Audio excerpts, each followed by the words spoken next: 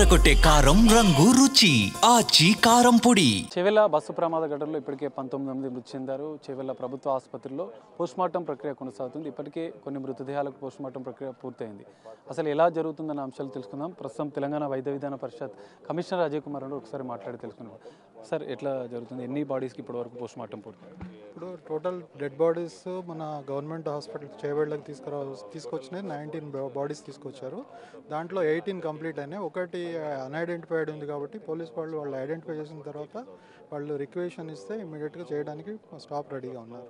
సరే, మొత్తం ఎన్నిటికి పూర్తయింది? ఇంకా ఎంత పెండింగ్ ఉంది? అప్పగించే ప్రక్రియ 18 completed. Only one left over. సరే, ఇక్కడ మృతులు అంటే కంకర పడి ఊపిరాడక చనిపోయినట్లు ఉంటుంది. పోస్ట్ మార్టంలో మీకు ఏ అంశాలు తెలిసాయి? మెయిన్గా మేజర్ ఏంటంటే హెడ్ ఇంజరీస్ కనబడ్డాయి. హెడ్ ఇంజరీస్, తర్వాత చెస్ట్ ఇంజరీ, తర్వాత అబ్డామినల్ ఇంజరీస్ కూడా ఉన్నాయి.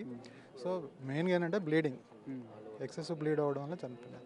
సరే, ఇంకా అంటే కొంతమంది గాయాలైన వాళ్ళకు కూడా చికిత్స అందిస్తున్నారు. వారి పరిస్థితి ఏ విధంగా ఉంది?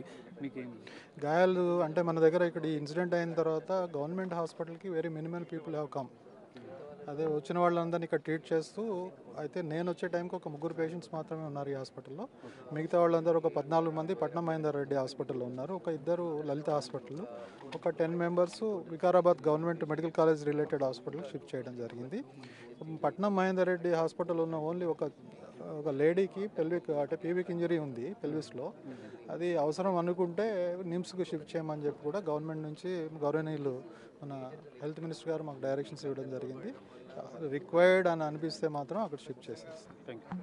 సో ఇది పోస్ట్మార్టం చేసినటువంటి వైద్యులు కూడా ఒకసారి ఉన్నారు. ఒకసారి మనం వారితో కూడా మాట్లాడించే ప్రయత్నం చేద్దాం. మీ పోస్ట్మార్టంలో ప్రధానంగా ఏ అంశాలు చేస్తారు? ప్రమాద తీవ్రతకి ఈ విధంగా వాళ్ళు మృతి చెందడం వల్ల పోస్ట్మార్టంలో గమనించాల్సింది ఏమిటంటే మేల్ ఉన్నారు, ఫిమేల్ ఉన్నారు, కొంచెం ఏజ్డ్ ఉన్నారు, కొంచెం యంగ్ ఉన్నారు. సో చిన్న 2 months ఓల్డ్ బేబీ కూడా ఉన్నది. సో రకరకాల ఏజ్ గ్రూప్స్లో వాళ్ళు ఉన్నారు. సో హై ఇంపాక్ట్ వల్ల, హెడ్ ఆన్ పొల్యూషన్ వల్ల ఇంజరీస్ కొంచెం ఫ్యాటల్ అయ్యాయి ఈ ఓల్డ్ ఏజ్ పర్సన్స్కి.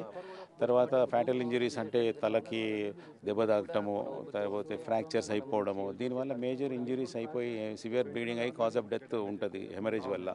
సో చిన్న పిల్లలు అట్లా అది కంకర లారీ అనుకుంటాను, అది హెడ్ ఇంపాక్ట్ వచ్చే వరకు మొత్తం అదంతా వీళ్ళ మీద పడేసరికి కంప్రెషనల్ ఇంజరీస్, యాస్ఫిక్సియా, ఊపిరి ఆడకపోవడం కూడా, ఒకరి మీద ఒకరు పడిపోయి మొత్తం అంతా ఊపిరి ఆడకపోవడం వల్ల కూడా ఇంజరీస్ ఇట్లా అయిపోయి డెత్ కూడా అయినట్టు మాకు వీఆర్ సస్పెక్టింగ్. కంకర్ లోడ్ వల్లనే ఊపిరాడక అనేక మంది చనిపోయినట్లు కూడా పోలీసులు.